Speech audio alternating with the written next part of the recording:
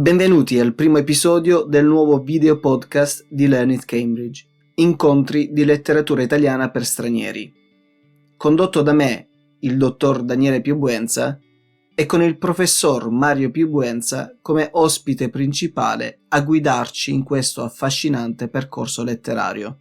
Potete trovare una piccola nota biografica e linguistica sul professor Buenza in descrizione. In questa serie di video podcast parleremo di alcuni degli autori più importanti della letteratura italiana, come Dante Alighieri, Francesco Petrarca, Niccolò Machiavelli, Carlo Goldoni, Giacomo Leopardi e altri. La lista completa la potete trovare in descrizione, oppure nella prossima sezione di questo video, l'introduzione.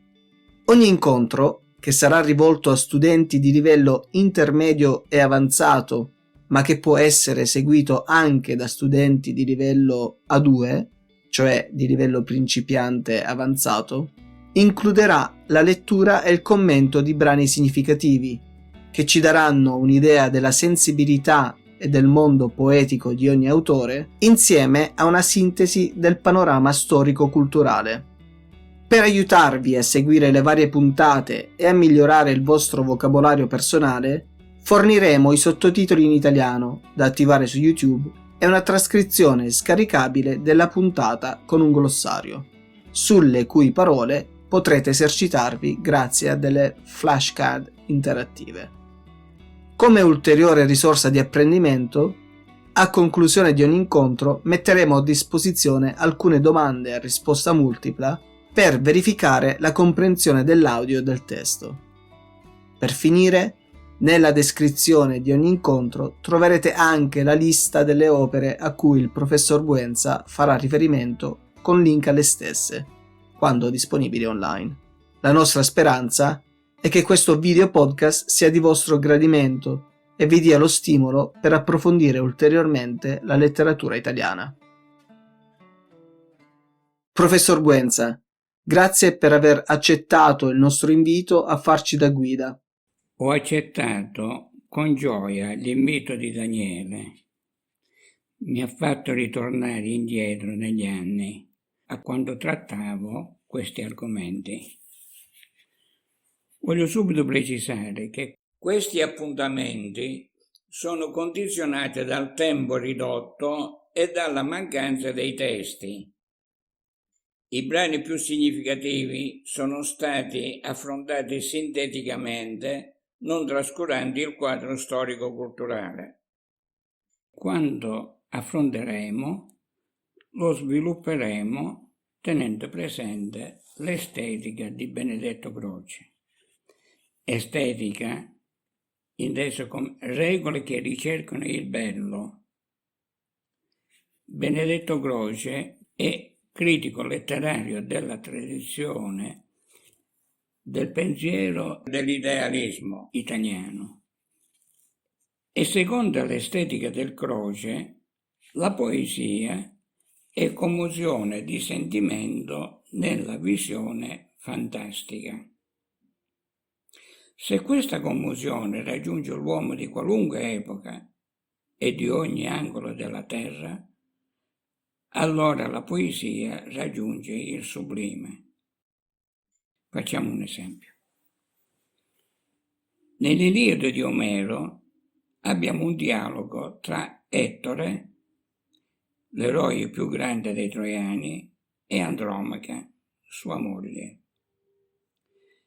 Ettore è riuscito a mettere in salvo tutti i Troiani facendoli entrare nelle mura della città, alle porte scee. Le porte si chiusero e per quel giorno fu allontanato il pericolo della sconfitta. Dai bastioni in alto, sopra le porte scee, sono in grande trepidazione le donne troiane, e tra queste c'è Andromaca, la moglie di Ettore. Questi va a casa e non trova la moglie. Chiede alla servitù dove sia. Gli fu risposto o al tempio a pregare o forse alle porte scee. Mentre si dirige verso il luogo indicato, incontra la moglie che va verso casa. con il piccolo Astianatte. Ettore lo prende tra le braccia, lo alza al cielo e prega: possa tu ritornare dalle battaglie carico di trionfi e di bottino, sì da oscurare la gloria di tuo padre. Andromaca, rivolgendosi al marito: perché rischi la vita e ti esponi al pericolo per salvare gli altri? Non hai nessuna cura di noi? Che ne sarà di me e di tuo figlio? Io schiava di Achille e lui schiavo dei Greci. Io ho perso il padre, la madre e 5 fratelli. Tu a me sei padre, madre e fratello. Risparmiati, fatti da parte e fai combattere gli altri. Ettore, dal canto suo: tutto è stabilito. Giorno verrà che prima e tutta la sua gente cada. Non c'è scampo per nessuno. Perché devo nascondermi e mettermi da parte? Le donne troiane vedono in me la salvezza per i loro uomini, madri che temono per i loro figli, donne per i loro mariti, spose per i loro cari. Dovrei comportarmi da codardo? No. La sorte mi ha dato questo ruolo e io devo onorarlo. Ugo Foscolo, uno dei maggiori autori del romanticismo italiano, conclude la sua opera più grande, Il Carme dei Sepolcri, con un riferimento all'eroe troiano. E tu, onore di pianto, Ettore avrai, ove figlia, santo e lacrimato il sangue per la patria versato, e finché il sole risplenderà sulle sciagure umane. Una considerazione. Omero è vissuto nell'VIII secolo a.C., riferisce realtà frutto della sua fantasia e storicamente avvenuto 400-500 anni prima. Si commuove ed induce alla commozione anche noi che viviamo in altra epoca e siamo lontani da quella civiltà. Lo stesso Foscolo ha voluto concludere la sua opera con un riferimento a Ettore, che ha toccato le corde dell'animo per il coraggio e la sua vicenda umana. Quindi abbiamo poesia quando c'è commozione di sentimento nella visione fantastica. Ci commuoviamo su un soggetto, anche se frutto di fantasia, che un altro ci ha trasmesso. Ora,